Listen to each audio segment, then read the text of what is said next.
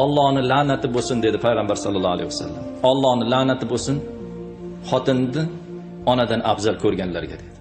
Xotin hech qachon onadan afzal bo'lmaydi. Ona mehr bulog'i. Ularga hech narsa aytmasangiz ham o'tirib maza qilasiz. Ota hikmat qudug'i. Ona sizdan butun mas'uliyatni o'zining yelkasiga olgan zot. Ota esa mas'uliyatli bo'lish urug'ini qalbingizga ekkan zot. Mas'uliyatli bo'l bolam, omonatdor bo'l bolam deb o'rgatgan zot. Ona yiqilmasligingiz tashvishini qiladi. Ota yiqilganingizdan keyin turib ketishlikni o'rgatadi. Ona bosganingizdan xursand bo'ladi. Ana bosyapti, ke bolam, ke deb yurishni o'rgatadi. Ota esa yurganingizdan keyin butun dunyoda yurishni o'rgatadi. Turishni o'rgatadi. O'zingizni tutishni o'rgatadi. Ona siz uchun sizga o'zining butun jamolini, go'zalligini, yoshligini qurbon qiladi. Ota bo'lsa kuchini, belidagi quvvatini, umrini sizga fido qiladi.